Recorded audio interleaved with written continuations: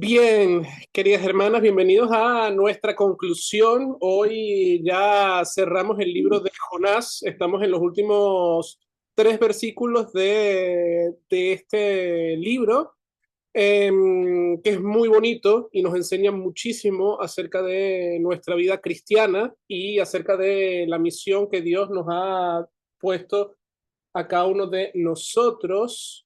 No sé si siguen viendo la presentación, ¿sí? Ok, perfecto. Entonces, fíjense, esta semana la lectura que nosotros nos tocaba de el Evangelio apuntaba directamente a el hijo pródigo y vemos como muy pocas historias en las escrituras terminan con un final abierto. ¿Qué significa esto? Algo que no tiene conclusión. Y el libro de Jonás es un libro que no tiene conclusión, que termina con una pregunta de Dios en la cual no hay una respuesta clara, pero que vamos a ver después a lo largo de las escrituras que sí se responde. Y esto sucede también en la parábola del hijo pródigo, con el hijo mayor. Es una historia que termina dejándonos con la incertidumbre de si el hijo entró o no a la casa, si el hijo perdonó o no a su hermano. Y muchas veces nosotros deseamos la justicia, pero cuando se trata de los demás, no cuando se trata de mí. Y cuando vemos que Dios actúa con misericordia con aquellas personas a las cuales posiblemente nosotros no consideramos dignas de la misericordia de Dios, puede que nos enojemos con el Señor.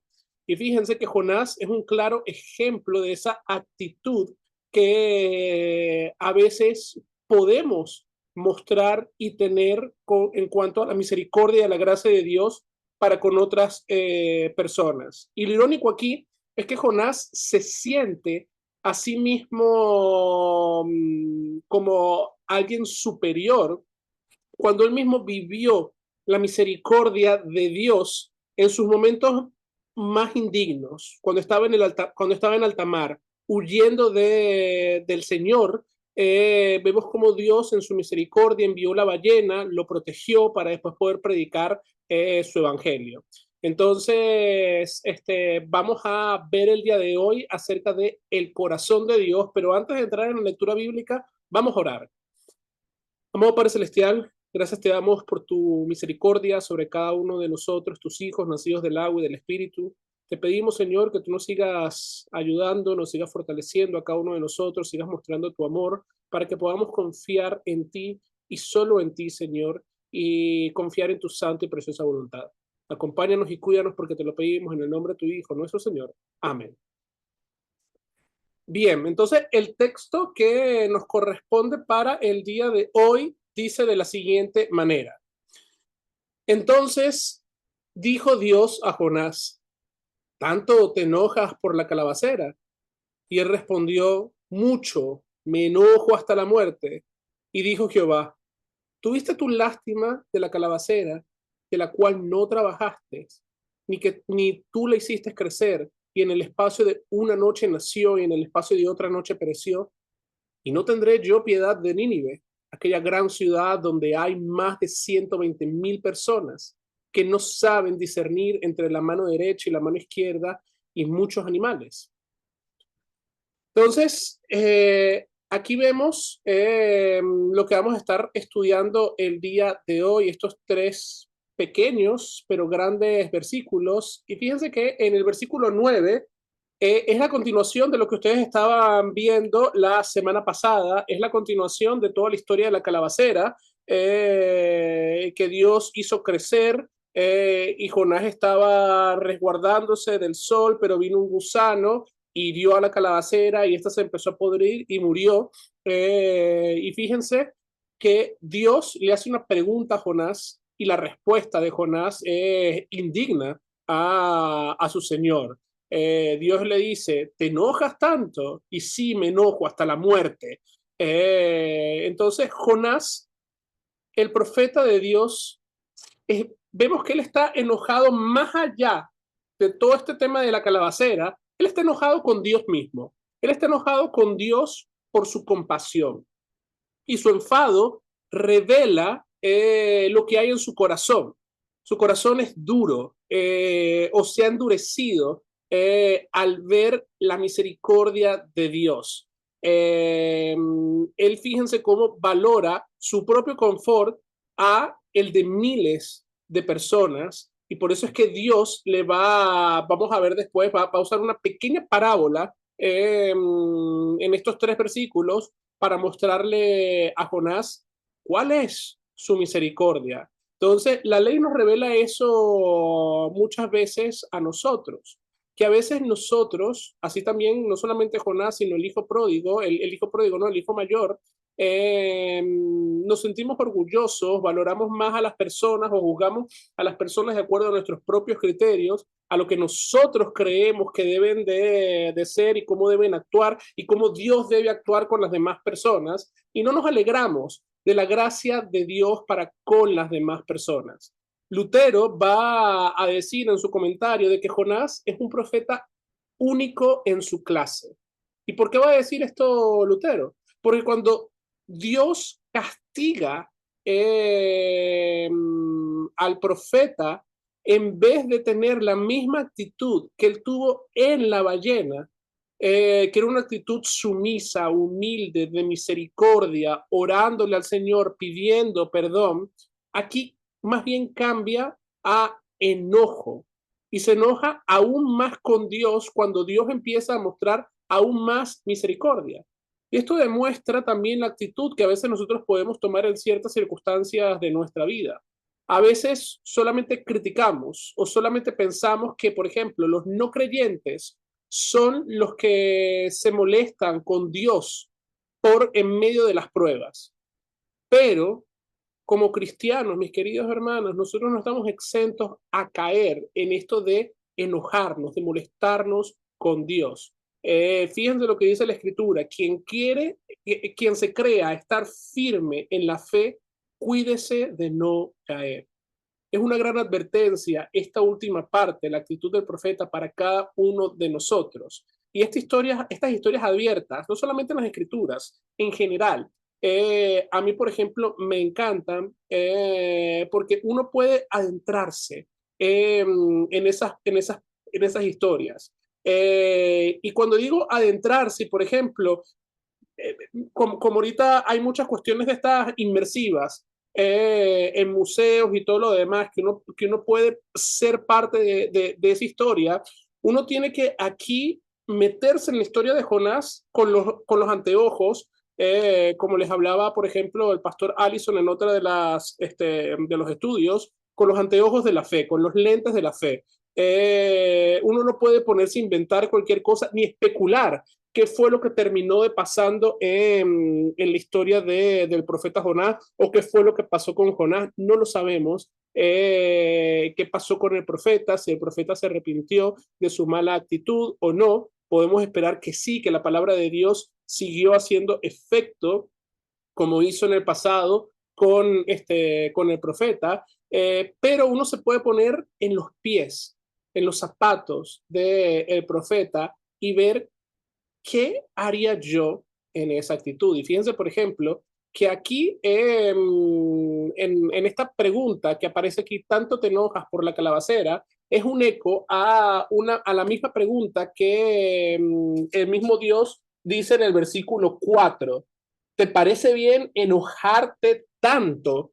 Y esto, la escritura hebrea, la forma en que escribían los hebreos, es importante, marca un énfasis, la redundancia, la escritura hebrea marcaba un énfasis como tal para marcar un concepto, para dejar cosas claras. Y aquí vemos que el profeta se preocupa más en su propia voluntad que en la voluntad de Dios, que es el propósito de todo lo que está aconteciendo en este libro. El propósito de este libro es ver la buena y misericordiosa voluntad de Dios, que no quiere que nadie se pierda, sino que quiere llevar a todos al conocimiento de la verdad. Pero aquí más bien parece que el profeta, primero, él no quería ir a Nínive porque sabía la gran responsabilidad que le tocaba ir a Nínive. Entonces huye de su llamado. Después, él quiere que las cosas surjan a su manera. Él quizás quería sentarse ahí debajo de la calabacera y ver toda la destrucción del pueblo de Nínive. ¿Por qué? Porque es más bonito, o no más bonito, es más emocionante para nosotros ver la destrucción de todo un pueblo, quizás ver cómo caen bolas de fuego y cosas por el estilo, como sucedió con Sodoma y Gomorra, que ver que no pasa absolutamente nada porque el pueblo se arrepiente.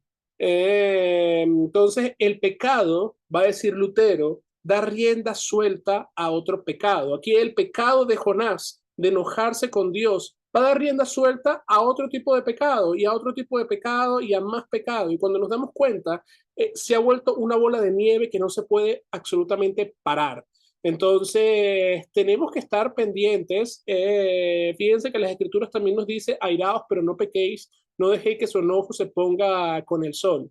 Eh, los salmos, por ejemplo, también nos enseñan a direccionar nuestras energías, nuestras emociones directamente a Dios, pidiendo que Él sea el vengador, aquel que nos vengue, pero también nosotros confesamos y nosotros creemos en la buena y misericordiosa voluntad de nuestro Señor. Entonces, sigue Dios haciendo reflexionar al profeta, y aquí ya va a ser Dios el que va a tomar la batuta de la conversación y va a terminar Dios la conversación en este libro. El libro inicia con la palabra de Dios al profeta Jonás y termina con la palabra de Dios al mismo profeta Jonás. Y dijo Jehová, tuviste tu lástima de la calabacera, de la cual no trabajaste, ni tú le hiciste crecer, y en espacio de una noche nació, y en espacio de otra noche pereció.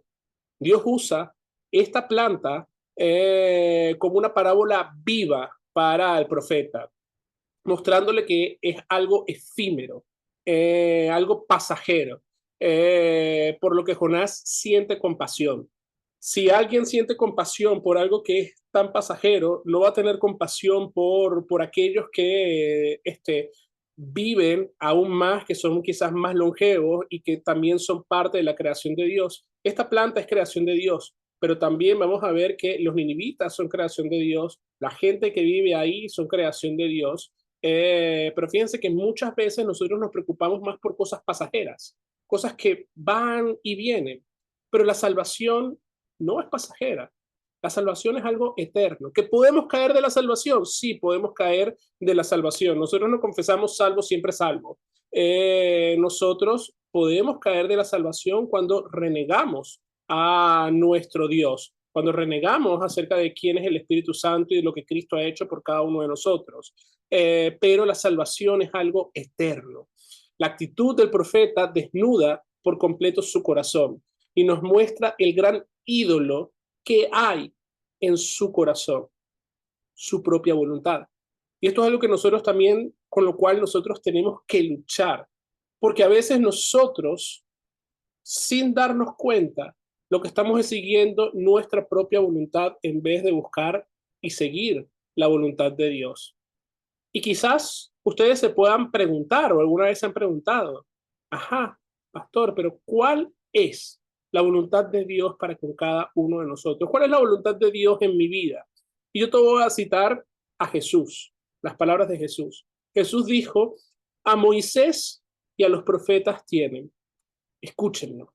Cuando estaba hablando cuando estaba contando la historia de Lázaro y el rico, y Abraham le está diciendo a el rico que aunque se resucite alguien, su familia no va a creer, que la buena y misericordiosa voluntad de Dios está en su palabra. Entonces, por eso es que Lutero es enfático cuando habla acerca de estudiar la palabra de Dios, de aprender las cosas de memoria, de leer la palabra de Dios. Porque cuando nosotros tomamos las escrituras, cuando nosotros tomamos nuestra Biblia, cuando nosotros aprendemos de la palabra de Dios, nos alimentamos con la palabra de Dios, nosotros vamos a poder distinguir la voz de Dios de nuestra propia voz y de la voz de Satanás.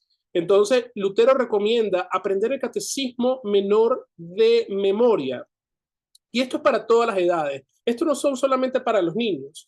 Y Tú puedes aprender ahorita el catecismo.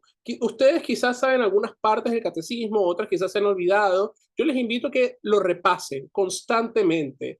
Y ahí en las palabras del catecismo, que son extraídas de la palabra de Dios, van a encontrar la buena y misericordiosa voluntad de Dios, que es estorbar toda voluntad del maligno. Satanás no quiere que tú ores. Entonces, ¿qué es lo que uno tiene que hacer? Orar.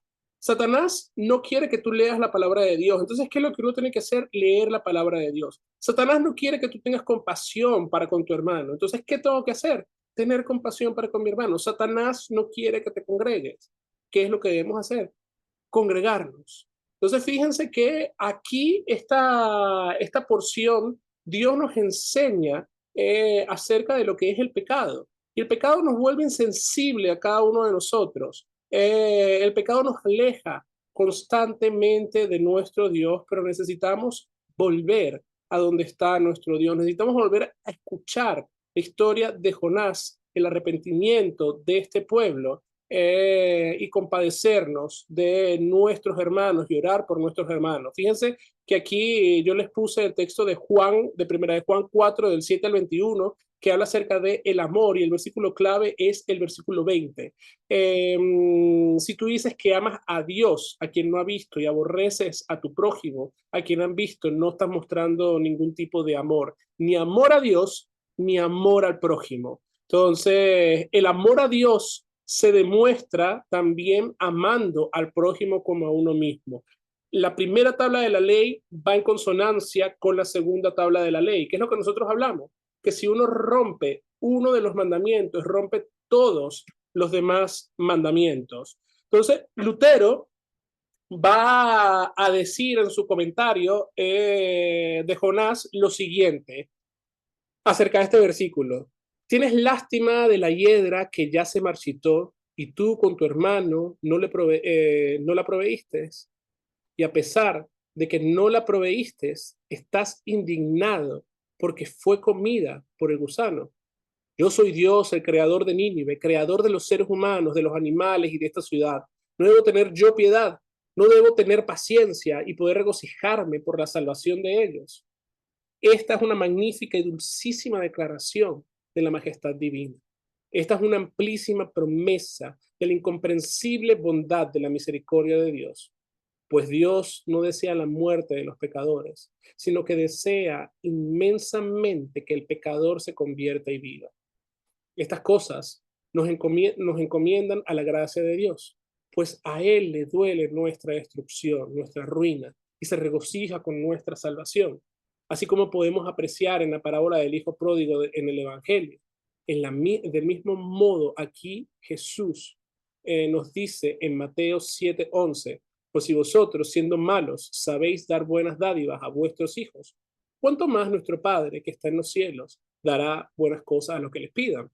Entonces, aquí vemos cómo es la buena y misericordiosa voluntad de Dios, cómo es su misericordia sobre cada uno de nosotros y que nosotros tenemos que reflexionar en cuanto a la gracia de Dios para conmigo, pero también para con mi prójimo. Luego va a terminar el profeta hablando un poco, el libro del profeta va a terminar, como les decía, con palabra de Dios, pero termina con una pregunta.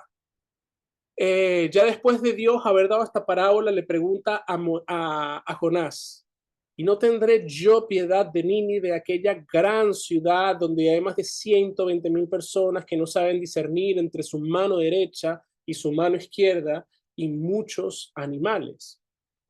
Dios no desea la muerte de los pecadores.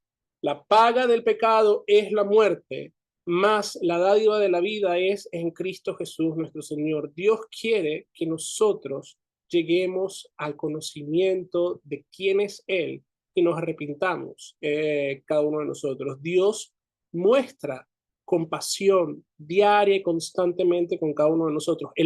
Fíjense que el hecho de que nosotros despertemos todos los días de nuestra vida hasta el día de hoy es una muestra clara de la misericordia que Dios tiene con cada uno de nosotros. porque nos regala un día más de vida, un día más en donde podemos alabarlo, adorarlo y glorificarlo, un día más en donde podemos arrepentirnos de nuestro pecado, un día más en donde podamos pedir perdón, mostrar compasión. Y fíjense que aquí la compasión, lo que dice la comparación, que está hablando aquí Dios entre, no saben discernir entre su mano derecha y su mano izquierda, eh, está hablando acerca de la ignorancia espiritual. Los ninivitas no sabían absolutamente nada acerca del evangelio. Jonás fue enviado para predicar y los pastores están enviados también para predicar el evangelio. Pero fíjense, Jonás predica, se va y deja a la ciudad a su suerte.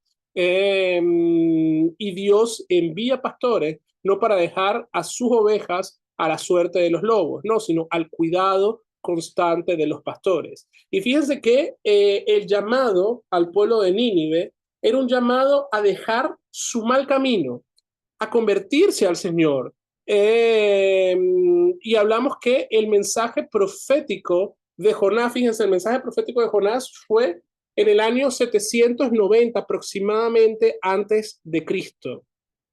Mucho tiempo después, aproximadamente unos 178 años después, en el año 612 antes de Cristo, la ciudad de Nínive fue totalmente destruida, arrasada por el imperio babilónico, marcando aquí un cambio en el imperio asirio, y ahora el imperio babilónico iba a tomar el control de todo esto. El profeta Nahum y el profeta Sofonías profetizaron también acerca de la destrucción de Nínive. Y Nínive se arrepintió. Escuchamos en el texto que Dios vio el arrepentimiento de Nínive aquí con Jonás. Y ellos se arrepintieron, pero ¿qué fue lo que pasó después? El pueblo cayó nuevamente en pecado. Y hay uno se alarma y dice, bueno, pero es que el profeta fue a predicar a gentiles y ya se sabía el resultado, crónica de una muerte anunciada, pero la verdad es que esto también nos hace ver parte de la historia bíblica y parte de la historia de lo que está sucediendo en este contexto profético en el cual los profetas están predicando. Y 15 años después de que Asiria quedara conquistada por el imperio babilónico, empezó lo que fue la cautividad babilónica del pueblo de Israel. Primero empezó con Israel, y después, 11 años más tarde, terminó Nabucodonosor II conquistando la ciudad de Jerusalén y llevándose al pueblo de Dios al cautiverio por 70 años en Babilonia. Entonces, sí, Nínive, una ciudad pagana, fue destruida por el imperio babilónico, pero también Dios usó al imperio babilónico para llevar a cautividad a su pueblo, a su nación, que se habían también convertido en el mal camino, se habían ido por el mal camino, habían desobedecido al Señor. El profeta Isaías, el profeta Ezequiel profetizaron la caída del pueblo santo de Dios. Inclusive el profeta Ezequiel habla acerca de la ida de la presencia de Dios del templo, pero también cómo esta presencia iba a volver. Los profetas, una diferencia entre la profetización de Asiria y la profetización de la cautividad babilónica es que en la cautividad babilónica se iba a mantener una remanente. Dios iba a proteger a su pueblo y iban a volver a la tierra que él había prometido. Entonces aquí vemos en todo esto y en el mensaje profético, no solamente vemos el castigo, ya hemos hablado de eso, un profeta o el llamado profético o la predicación profética es ley y evangelio también. Ley, y el profeta llama a la gente al arrepentimiento y les dice que si no se arrepienten de su mal camino van a venir consecuencias, pero también hay gracia, también hay misericordia, que si se arrepienten, Dios no los va a castigar. Porque fíjense cómo ahora nosotros en Cristo Jesús podemos ver eso. Cristo murió por cada uno de nosotros, aún siendo nosotros pecadores, porque Dios es paciente y no quiere que ninguno perezca. Entonces, fíjense que, por ejemplo, en nuestras confesiones, tenemos en la confesión de Augsburgo, que nos habla en el capítulo 5 acerca del oficio del ministerio, se nos dice que Dios instituyó el ministerio público de la palabra para obtener la fe, o sea, el artículo cuarto, la justificación por la fe que nos salva. Y esta fe, el Espíritu Santo la obra donde y cuando le place en aquellos que escuchan la palabra de Dios.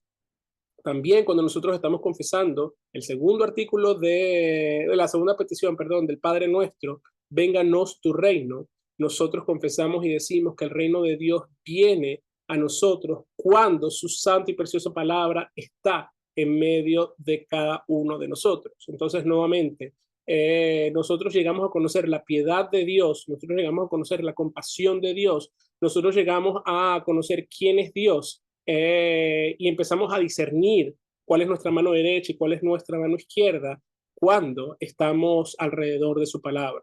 Entonces aquí nuevamente les digo, hay una respuesta sin una pregunta, hay un final abierto. ¿Cambió la actitud del profeta? No lo sabemos, yo no me quiero meter en esas aguas, lo que sí sabemos es que pasaron 178 años desde la predicación profética de Jonás hasta la destrucción del pueblo ninivita. Entonces ahí podemos ver la misericordia de nuestro Dios, así como la misericordia de Dios por medio de Noé antes del diluvio. Él estuvo no solamente construyendo el arca, sino también estuvo predicando el mensaje del arrepentimiento, como Juan el Bautista predicó acerca del arrepentimiento, arrepiéntanse porque el reino de los cielos ha llegado, como Jesús también predicó acerca de esto y de que había llegado el reino en él porque él es el Mesías, y este sigue siendo también el mensaje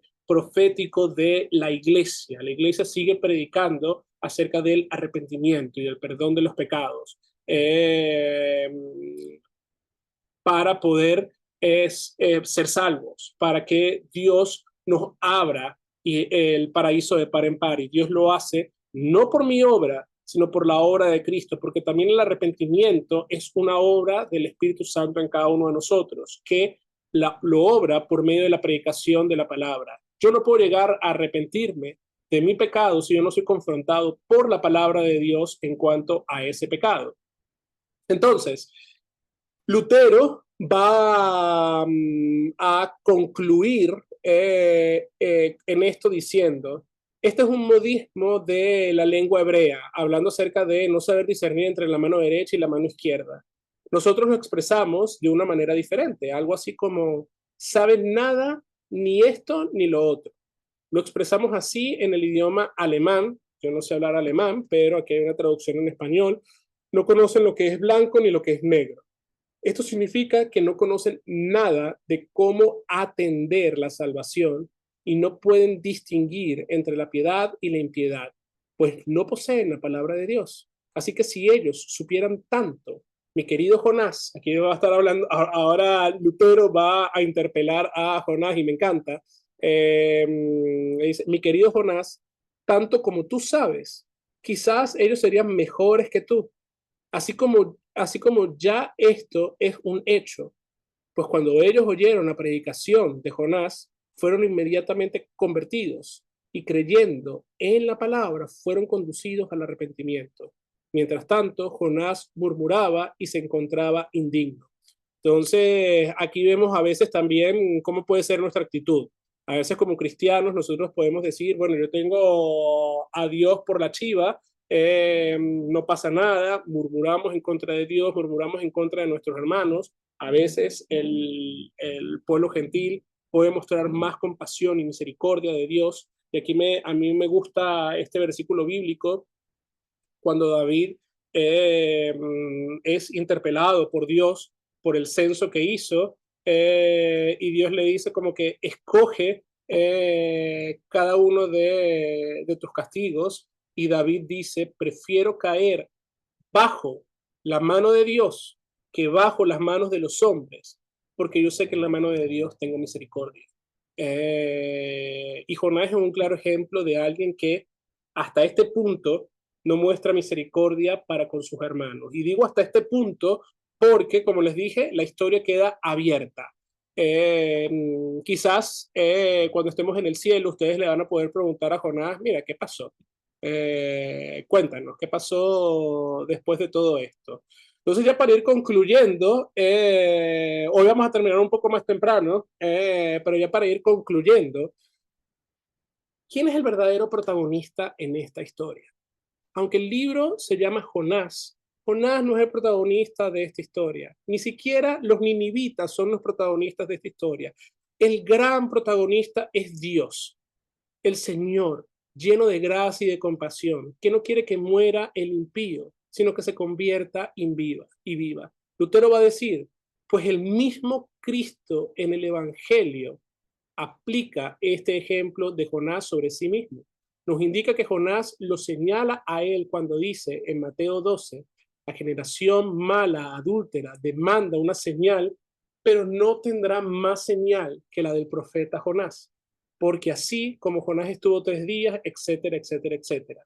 Entonces, mis queridas hermanas, al recorrer este breve y profundo libro de Jonás, hemos visto más de la historia del profeta que huye. Hemos visto el corazón de Dios en acción para con su creación. Un Dios que habla con autoridad, un Dios que corrige con amor, un Dios que persigue a los pecadores, no para destruirlos, sino para restaurarlos. Porque eso es lo que quiere Dios para con cada uno de nosotros. Jonás huye, Jonás desobedece, Jonás se enoja, Jonás se lamenta, y sin embargo, Dios tiene paciencia con su profeta y no lo desecha. Al contrario, lo llama de nuevo, lo usa como un instrumento de su misericordia y al final le da una lección de vida, de gracia, que es con una simple planta. Aquí vemos la paciencia de Dios para con sus hijos, para con cada uno de nosotros. Nuevamente les digo, pónganse los zapatos de Jonás. Y ahí vemos la paciencia de Dios para con cada uno de nosotros. Pero no solo con Jonás, también vemos la paciencia de Dios con Nínive. Un pueblo extranjero, un pueblo pagano, un pueblo violento, fue alcanzado por la palabra de Dios. Lo imposible sucedió, se arrepintieron. Lo que nadie pensaba sucedió. El pueblo se arrepintió. Dios les perdonó. Porque como leemos en Primera de Timoteo, Dios quiere que todos los hombres sean salvos y vengan al conocimiento de la verdad. Este libro, como ya les dije, termina sin una resolución clara del corazón de Jonás. No sabemos si al final entendió lo que Dios le estaba diciendo, pero tal vez ese silencio nos invita a vernos reflejados en él. Nos molesta a veces que Dios sea tan bueno con otros. Nos cuesta aceptar la gracia de Dios que alcance a quienes consideramos malos o menos dignos de Él. Aquí es donde la ley nos confronta a cada uno de nosotros. Nosotros también hemos despreciado la voluntad de Dios. Nosotros hemos juzgado. Nosotros hemos querido nuestra propia justicia y hemos cerrado nuestro corazón a la compasión. Y eso también nos hace indignos. Pero fíjense, como por ejemplo en la liturgia se nos dice que cuando nosotros éramos indignos, Dios nos ha hecho dignos de estar delante de su presencia por Cristo Jesús. Y aquí es donde empieza a brillar el evangelio que consuela. Dios no trata con nosotros, con nuestros pecados, sino según la gracia y la misericordia de Dios en Cristo Jesús. Porque Dios ve a Cristo y no ve mi pecado. Jonás señala a alguien mayor que él durante su predicación. Señala a Cristo, quien no huyó del mandato del Padre, sino que vino voluntariamente a predicar la paz, a morir por nuestros pecados y a resucitar al tercer día según las Escrituras. Él es el verdadero profeta, que no vino a destruir sino a salvar. Así cierra el libro y no nos quedemos mirando a Jonás, sino al Dios de Jonás, un Dios que sigue enviando su palabra, sigue enviando predicadores, que sigue llamándonos al arrepentimiento, que sigue mostrando compasión, que tuvo misericordia de Nínive y también tiene misericordia con cada uno de nosotros, porque clemente y compasivo es nuestro Señor, que es lento para la ira y grande en misericordia, dice el Salmo 103:8. Y ahora quiero terminar con este fantástico resumen de Lutero. Cuando lo leí me sorprendió de ver cómo Lutero ve a Cristo en todo. Y dice así, Esta historia es excepcionalmente maravillosa. Hasta el mismo Cristo parece deleitarse de la misma. Y esto es evidente en este mismo capítulo de Mateo, cuando menciona a los hombres de Nínive. Cristo es ciertamente hablando de una manera magnífica sobre esta historia. Así como esta historia se celebra en los dos testamentos, consecuentemente Cristo vino dentro del mar, esto es el mundo.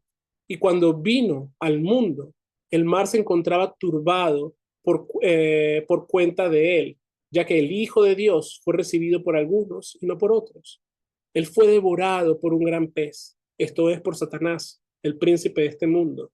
Pues Satán, el infierno y la muerte envolvieron, tragaron a Cristo cuando se encontraba perdido en la cruz, prendido en la cruz, como que si así fuese a destruirlo. Pero ellos no pudieron retenerlo, ya que era imposible. Así como Pedro dice en Hechos 2:4, fue entonces necesario que él fuera vomitado, así como también fuera revivificado. Y esto dio ocasión para la vida, pues antes habíamos sido ocasión para la muerte. Es un hecho entonces que nuestra muerte es nuestra puerta a la vida.